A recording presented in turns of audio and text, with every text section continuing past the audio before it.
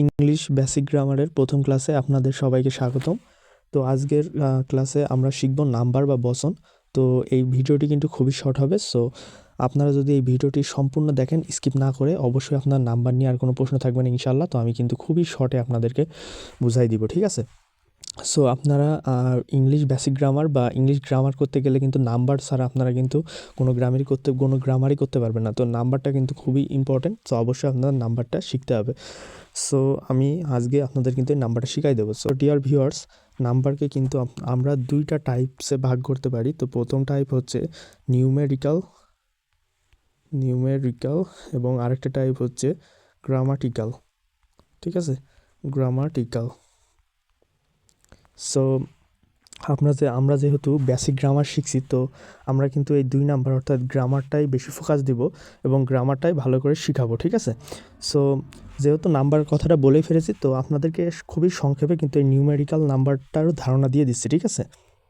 So dear viewers, দেখতে পাচ্ছেন numerical নাম্বারকে হচ্ছে আবার 3টা ভাগে ভাগ করা যায়।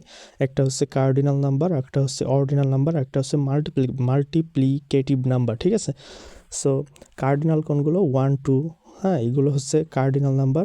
অর্ডিনাল নাম্বার হচ্ছে ফার্স্ট, সেকেন্ড, থার্ড, এগুলো হচ্ছে আর কি অর্ডিনাল নাম্বার। এবং মাল্টিপ্লিকেটিভ নাম্বার বলতে বোঝায় যে সিঙ্গেল, ডাবল, ফুল, হাফ, 1/3, 1/4, 1/5, ঠিক আছে? এগুলো হচ্ছে কিন্তু মাল্টিপ্লিকেটিভ নাম্বার। সো এইগুলো কিন্তু নিউমেরিক্যাল নাম্বারের ধারণা আর কি। নিউমেরিক্যাল নাম্বারটা গিয়ে এটা বুঝতে পারছেন। সো আমরা যেটা আপনাদেরকে আজকে শিখাবো সেটা হচ্ছে যে গ্রামাটিক্যাল, হ্যাঁ। সো গ্রামাটিক্যাল নাম্বারটা কিন্তু আমরা আপনাদেরকে শিখাবো। সো গ্রামাটিক্যালি নাম্বার 2 প্রকার। গ্রামাটিক্যালি হচ্ছে নাম্বার 2 প্রকার। গ্রামাটিক্যাল নাম্বার হচ্ছে 2 প্রকার। এক হচ্ছে সিঙ্গুলার আর 2 হচ্ছে প্লুরাল, ঠিক আছে? এক সিঙ্গুলার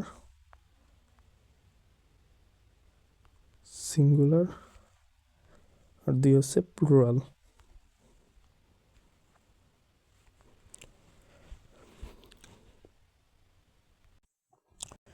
সো গ্রামাটিক্যালি আমরা নাম্বারকে 2 ভাগে ভাগ করতে পারি। এক হচ্ছে সিঙ্গুলার, 2 হচ্ছে প্লুরাল। সো সিঙ্গুলার দ্বারা এক বচন বোঝায়, ঠিক আছে? সিঙ্গুলার দ্বারা এক বচন বোঝায় অর্থাৎ একটি জিনিসকে বোঝায়, ঠিক আছে? যদি যেখানে একটি জিনিস বোঝাবে সেটাই কিন্তু সিঙ্গুলার। যেমন আমি যদি বলি আই, অর্থাৎ কি আমি কি সিঙ্গুলার না? তারপরে যদি বলি হচ্ছে রাহুল কি একজন ব্যক্তি বোঝাচ্ছে, এটা সিঙ্গুলার না? সো যেখানে একজন বোঝাবে সেটা হচ্ছে সিঙ্গুলার, ঠিক আছে? এবং যদি প্লুরাল হচ্ছে বহু বচন। প্লুরাল মানে হচ্ছে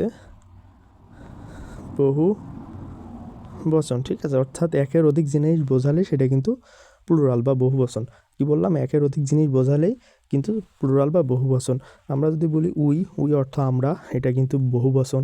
তারপরে যদি বলি দে, মানে আমরা, এটা অনেকজনকে বোঝাচ্ছে, একের অধিক জনকে বোঝাচ্ছে। তারপরে যদি বলি দে বা তারা, এটা কিন্তু একের অধিক বোঝাচ্ছে, অর্থাৎ এটা হচ্ছে প্লুরাল। তো আমি আরেকটা জিনিস বোঝাই দিই। তো আমি যদি বলি অ্যাপেল মানে আপেল, বা আপেল মানে একটি আপেল, এখানে শুধু একটি জিনিসকে বোঝাচ্ছে, তাই এটি সিঙ্গুলার। কিন্তু যদি আমরা বুঝি অ্যাপেলস মানে অ্যাপেলস, এটা কিন্তু বহু বচন হয়ে যাবে, ঠিক আছে? তাই সেম নিয়মে আমরা যদি বলি পেন, এটা কিন্তু সিঙ্গুলার হবে। কিন্তু আমরা যদি বলি পেন্স, এটা কিন্তু বহু বচন হবে। অর্থাৎ নামের সাথে এস বাই এস যোগ করলে কিন্তু সেটা প্লুরাল হয়ে যায়। তো আশা করি আপনারা জিনিসটা বুঝতে পারছেন। সেম নিয়মে যদি আমরা বলি